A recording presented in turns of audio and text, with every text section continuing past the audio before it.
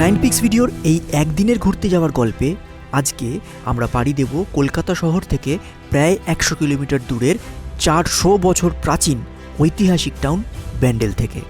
ঘুরে দেখব এখানকার সুপ্রাচীন মন্দির, পর্তুগিজ গির্জা ও পার্সিয়ান বণিকে সৃষ্ট ধর্মসভা ও মস্ক। এই জায়গাগুলো কিন্তু একটা দারুণ সুন্দর ডিভাইন ট্রায়াঙ্গেল তৈরি করে রিলিজিয়াস হারমোনির। শুধু প্রাচীন আর্কিটেকচারই নয়, এই ভিডিওতে আপনাদের প্রকৃতির সৌন্দর্য হাতছানি দেবে। তাই চলুন না বন্ধুরা, এই অসাধারণ জায়গাগুলোকে একটু অন্যরকমভাবে আমার চোখে আজ আপনাদের সকলের সামনে তুলে ধরি।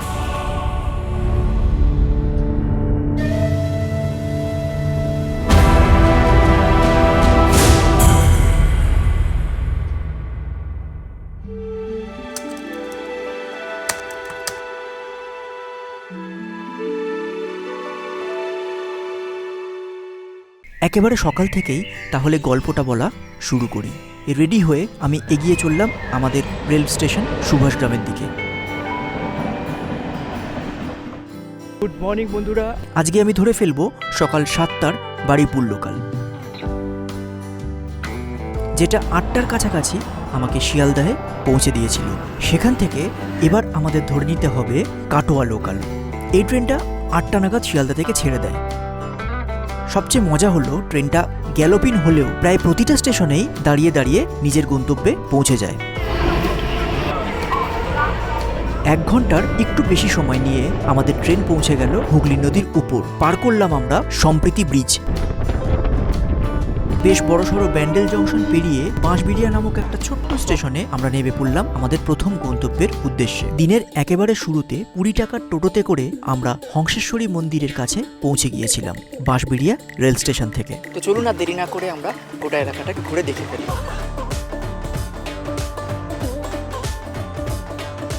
আমার পিছনে আপনারা একটা বড় পুকুর দেখছেন। এটা কিন্তু একটা বড় পুকুর নয়, এটা একটা পরীক্ষা। গোটা হংসেশ্বরী মায়ের মন্দিরের চারিদিকে এরকম একটা পরীক্ষা করা রয়েছে। আমার কাছে আপাতত তো ড্রোন নেই, যদি ড্রোন থাকতো আমি আপনাদেরকে এরিয়াল ভিউতে দেখাতে পারতাম যে কি সুন্দর লাগে উপর থেকে পরীক্ষা ঘেরা গোটা মন্দির চত্বরটা।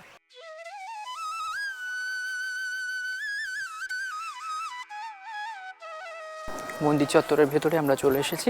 বাঁশবেড়িয়ার হংসেশ্বরী মন্দির 1814 সালে নির্মাণ করা হয়। প্রথমেই গিয়ে দর্শন করে নিলাম মা হংসেশ্বরীকে। নিম কাঠের তৈরি 4 হাতের এই হংসেশ্বরী মা কালীরই একটি রূপ এই হংসেশ্বরী। মন্দিরের গায়ে আপনারা দেখতে পারবেন রাজা নৃসিংহদেব রায়ের একটা ছবি। শুনলে অবাক হবেন, এই মন্দিরের যে আর্কিটেকচারটা রয়েছে সেটা কিন্তু তান্ত্রিক প্রিন্সিপালসের উপরে নির্ভর করে বানানো। আর্কিটেকচার আর ফিলোসফির এক অদ্ভুত সংমিশ্রণে এই গোটা মন্দিরটা তৈরি করা হয়েছিল। মন্দিরের মধ্যেও বেশ কয়েকটা শিবলিঙ্গের উপস্থিতি আপনাদের চোখে পড়বে। এই মন্দিরের বাঁদিকেই অনন্ত বাসুদেবের অসাধারণ সুন্দর একটি মন্দির আছে। চলে এসেছি হংসেশ্বরী মন্দিরের পাশে সেই সুন্দর টেরাকোটার মন্দিরটা দেখার জন্য।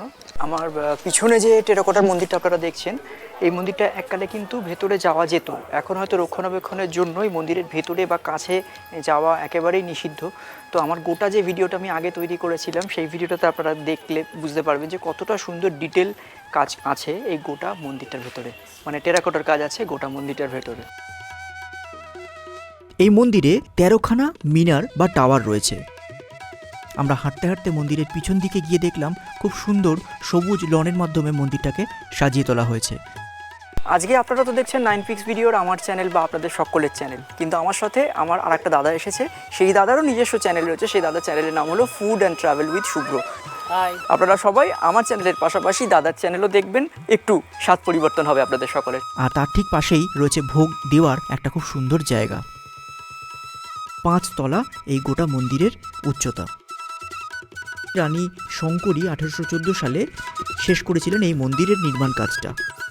বাঁশবেড়িয়ার হংসেশ্বরী মন্দির দেখে এবারে আমাদের গন্তব্য হলো ব্যান্ডেল চার্চ। তো চলুন আমাদের সাথে। এই আমরা এখন দাঁড়িয়ে রয়েছি জিটি রোডের উপর। এখান থেকে আরও একটা অটো বা টোটো ধরে আমাদেরকে চলে যেতে হবে ব্যান্ডেল চার্চের দিকে। তার আগে একটা ছোট্ট গঙ্গার ঘাট আমরা দেখতে পেলাম, চলুন এক ঝলক দেখে আসি। মা গঙ্গাকে। শীতের মিঠে রোদ গায়ে মেখে আমরা এখন চলে এসেছি হুগলি নদীর ধারে, বাঁশবেড়ি এলাকাতে আমি আছি।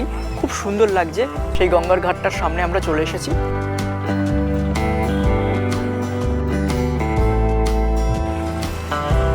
ওই যে দূরে দেখুন, ওখানে তৈরি হচ্ছে নতুনভাবে ঈশ্বরগুপ্ত সেতু। চলুন আর সময় নষ্ট না করে আমাদের এখান থেকে একটা লোকাল ট্রান্সপোর্ট ধরে চলে যেতে হবে ব্যান্ডেল চার্চের কাছে। এই যে এটা আপনারা দেখতে পাচ্ছেন, এটা কি জানেন? এটা হলো কার্তিক ঠাকুরের কাঠামো। কিছুদিন আগেই আমি এখানে ঘুরে গিয়েছি, আপনারা হয়তো ভিডিওটা দেখেছেন। আর যদি না দেখে থাকেন তাহলে আই বাটনে দিয়ে রাখলাম, আপনারা দেখে নেবেন বাঁশবেড়িয়ার বিখ্যাত কার্তিক পুজোর যে ভিডিওটা আমার রয়েছে সেটা। অটো ভাড়া আমাদের বাঁশবেড়িয়া থেকে ব্যান্ডেল চার্চ যেতে মাথা পিছু লাগছে 18 টাকা। সময় লাগবে আমাদের মোটামুটি মিনিট 10-এর মতো। চলুন আমাদের সাথে। ফাইনালি ব্যান্ডেল চার্চের সামনে আমরা চলে এসেছি। চলুন ভেতরটাকে ঘুরে আপনাদেরকে দেখিয়ে দিই। এবার আমরা চলে এলাম আমাদের দিনের দ্বিতীয় গন্তব্য ব্যান্ডেল ব্যাসিলিকা বা ব্যান্ডেল চার্চের সামনে। আজকে তো হলো 13ই ডিসেম্বর, আর ঠিক কয়েকদিন বাদেই 25শে ডিসেম্বর। ব্যান্ডেল চার্চের সামনে এখানে দেখুন অস্থায়ীভাবে একটা প্যান্ডেল তৈরি করা হচ্ছে। এখানে খুব সুন্দর করে সাজিয়ে তোলা হবে গোটা ব্যান্ডেল চার্চ চত্বরটা। পর্তুগিজরাই এই চার্চ তৈরি করেছিলেন। পুরো পাঁচিল ঘেরা চার্চের এলাকাটা আপনারা দেখছেন। এখানে একটা পার্ক রয়েছে, দেখুন কি সুন্দর সাজানো রয়েছে। ঘাট ছিল, বর্তমানে এখানে ঘাটের আর কোনোই অস্তিত্ব নেই। আর এই যে দূরে যে মাঠটা দেখছেন, এটা পুরোই গঙ্গার ভেতরেই ছিল। এখন একটা বড় মাঠ তৈরি হয়ে গেছে। মাঠ এখন নয়, বহু দিন ধরে রয়েছে। আমি বলছি আরও আগের ঘটনা আর কি। চলুন বন্ধুরা, আস্তে আস্তে আমরা এই চার্চের ভেতর দিকটায় গিয়ে দেখি কতটা সুন্দর এই গোটা চার্চ। বন্ধুরা, ব্যান্ডেল চার্চ কিন্তু বাংলার সবচেয়ে পুরনো চার্চ। এটি তৈরি করা হয়েছিল 1599 সালে। এরপর 1632 সালে বহিরাগত মোগলদের আমলে ধ্বংসপ্রাপ্ত হয়েছিল এই চার্চ। তারপর 1660 সালে আবার এই চার্চটাকে নতুন করে গড়ে তোলা হয়েছিল। চার্চের মাথা থেকে খুব সুন্দর লাগে গোটা এলাকাটিকে। এখানে গেলে আপনারা দেখতে পারবেন ওয়াচ টাওয়ার, দূরে দেখা যাচ্ছে গঙ্গা আর জুবিলি ব্রিজ।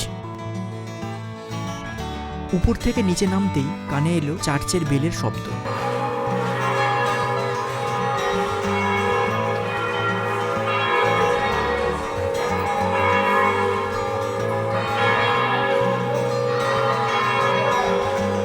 এবারে সেই মাস্তুলটাকে আপনাদেরকে দেখিয়ে দিই।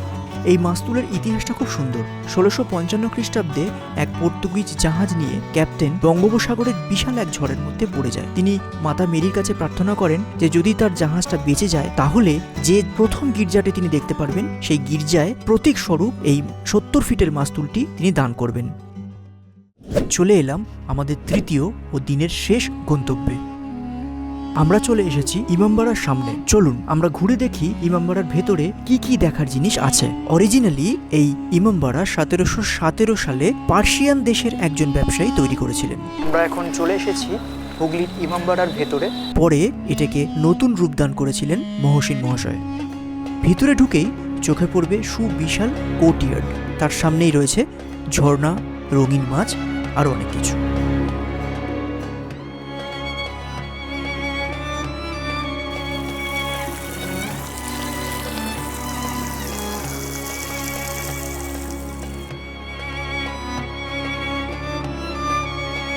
এন্ট্রান্সের গেটের মাথায় 150 ফিটের দুখানা টাওয়ার রয়েছে। এবারে ইমামবাড়ার যে সানক্লক বা সূর্য ঘড়ি আছে সেটাকে আমরা দেখতে চলে যাচ্ছি। দেখুন এখানে লেখাই রয়েছে। সুব্রতা, বলো তোমার কিরকম লাগছে ঘুরে? 3 রকম সংস্কৃতির মিশ্রণ। এক্স্যাক্টলি, ভালোই লাগছে। হ্যাঁ, একদম। হংসেশ্বরী মন্দির ইউরোপীয় স্টাইলে, সনাতনী সংস্কৃতি। তারপরে ব্যান্ডেল চার্চ পুরোপুরি আব্রাহামিক খ্রিস্টান সংস্কৃতি। একদম। আর এটা পুরো একটা ইসলামীয় কালচার। ভালো লাগছে। আমরা এখন সানক্লকের সামনে চলে এসেছি। এই যে আমি সানক্লকটাকে আপনাকে দেখাচ্ছি, একদম সেন্টারে দেখুন শ্যাডোটা যেরকমভাবে পড়েছে, অলমোস্ট 12:47 একটা বাজতে যায়। শ্যাডোটাও কিন্তু সেরকম ইন্ডিকেট করছে। অন্য এক মেঘলা দিনে আমি শ্যুট করে দেখেছি, তখন শ্যাডো বা টাইম কিছুই বোঝা যায় না। আর সানক্লকের ঠিক পিছনেই আপনারা দেখতে পারবেন মাইটি গঙ্গা, আর এখানে সম্প্রীতি আর জুবিলি ব্রিজ। এই যে দূরে দেখতে পাচ্ছেন আপনারা, আমরা আছি ঠিক ইমামবাড়ির পিছন দিকটাতে। এনজয় করুন আমাদের ভিডিও।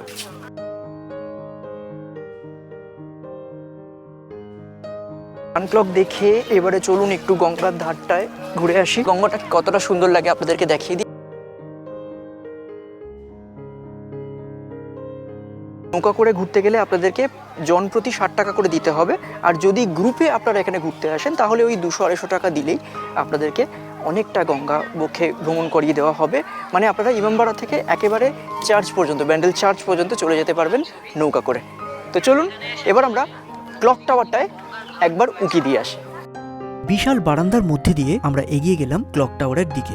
টাওয়ারটা প্রায় 15 তলা বাড়ির সমান উঁচু। টাওয়ারের মধ্যেখানের ঘড়িটি 1852 সালে লন্ডন থেকে আনানো হয়েছিল। প্রবেশ করছি ক্লক টাওয়ারের ভেতরে ইমামবাড়ার। চলুন এবারে সেই গোল ঘুরপথে সিঁড়ি দিয়ে আমাদেরকে উপরের দিকে উঠে যেতে হবে। উপর থেকে দারুণ ভিউ আপনাদেরকে দেখাচ্ছি, জাস্ট আমাদের সঙ্গে আপনারা এনজয় করুন ভিডিওটা। 152খানা স্টেপ পার করে আমাদের উপরে যেতে হবে। তো আমার ঠিক পিছনে আপনারা যে ঘরটা দেখছেন সেটাই কিন্তু ঘন্টা ঘর। একবার ভাবুন বন্ধুরা, এই প্রকাণ্ড মেটালের ঘন্টাগুলোর কত ওজন হতে পারে। এখান থেকে সিঁড়িগুলো বেশ বড় হয়ে গেছে, আমরা একেবারে উপরের দিকে চলে এসেছি। হ্যাঁ, অ্যাট লাস্ট আমরা টপে পৌঁছে গিয়েছি। এর উপর থেকে অসাধারণ ভিউ, আপনারা 360 একটা ভিউ এনজয় করতে পারবেন এখানে এলে। তাই অবশ্যই একটু কষ্ট হবে, সিঁড়িগুলো বেশ খাড়াই, তাহলেও আপনারা উপরে এসে এই ভিউটাকে এনজয় করবেন। চলুন আরও কিছু সিনেমেটিক শট আমি দিচ্ছি, আপনারা ততক্ষণ সেগুলোই দেখতে থাকুন।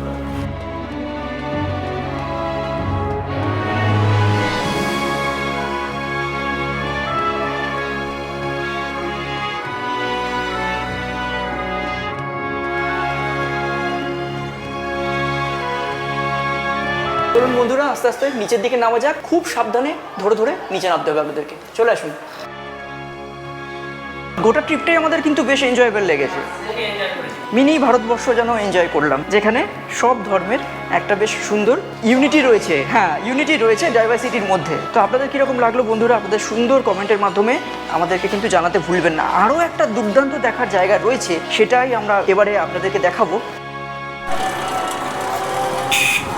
তো ইমামবাড়া দেখে এবারে আমাদের গন্তব্য হলো চুচুড়া।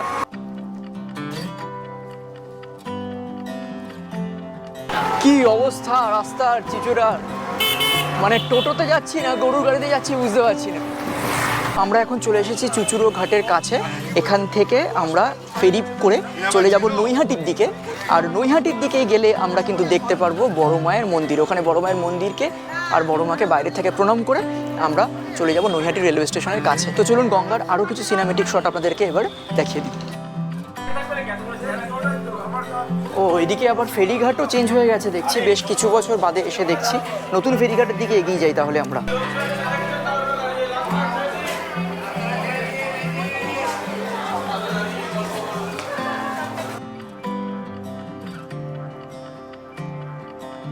চলুন তাড়াতাড়ি আমরা ফেরিটাতে উঠে পড়ি ঝটপট।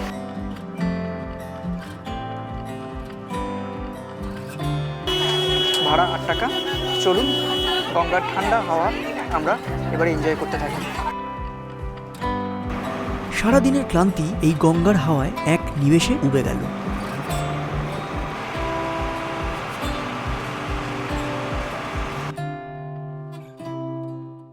অ্যাট লাস্ট আমরা নৈহাটির দিকে চলে এলাম।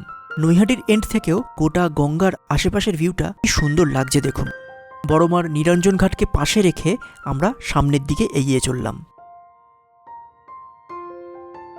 আজকে যেহেতু শনিবার, তাই বড়মার এখানে ভিড় তো স্বাভাবিকভাবে একটু বেশি হবে। আপনারা দেখুন আমার পাশে পুরো লাইন রয়েছে। বড়মার মন্দিরের সামনে আমরা চলে এসেছি। তো স্বাভাবিকভাবেই এখানে বাইরের থেকে প্রণাম করার বোধহয় সুযোগ নেই বড়মার কাছে। তো বন্ধুরা আজকের এই ছোট্ট ভিডিওটা আমি এখানেই শেষ করছি। হুগলি ব্যান্ডেল এলাকার আশেপাশে বেশ কিছু জায়গা আজকে আমি তুলে ধরলাম আপনাদের সাথে। যারা এই জায়গাগুলো আগে ঘুরে গেছেন তারা যতবারই আসবেন আমার মনে হয় ততবারই ভালো লাগবে। এই জায়গাগুলো কিন্তু একদম এভারগ্রিন এক একটা জায়গা, কোনোদিনও পুরনো হবে না। এবারে আমি যাচ্ছি নৈহাটি রেলওয়ে স্টেশনে, সেখান থেকে ট্রেন ধরে শিয়ালদা, আর শিয়ালদাহ থেকে আমাদের হোমটাউন সুভাষগ্রাম। এই যে ছোট্ট ট্রিপটা আমি আজকে করলাম তার সমস্ত ফটোগ্রাফি আমি আমার ইনস্টাগ্রাম হ্যান্ডেল আর আমার ফেসবুক পেজ, সেখানে আমি পোস্ট করতে থাকবো। ভিজিট করতে ভুলবেন না। তো আপনারা সবাই খুব ভালো থাকুন, শীতের প্রত্যেকটা দিন ভীষণ ভীষণ এনজয় করুন। এরকমই আরও অনেক ঘুরতে যাওয়ার ভিডিও নিয়ে আমি আপনাদের হোস্ট সায়ন আবার ফিরে আসবো। Take care, piece.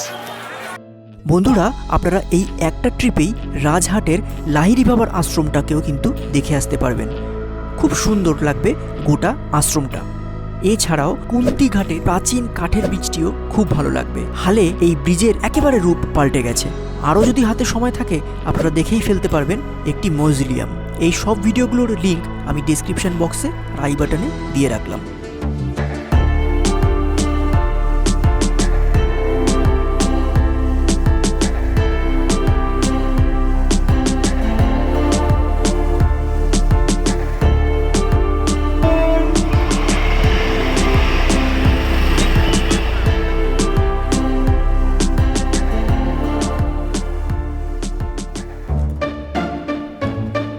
ততদিন সবাই খুব ভালো থাকুন, টেক কেয়ার।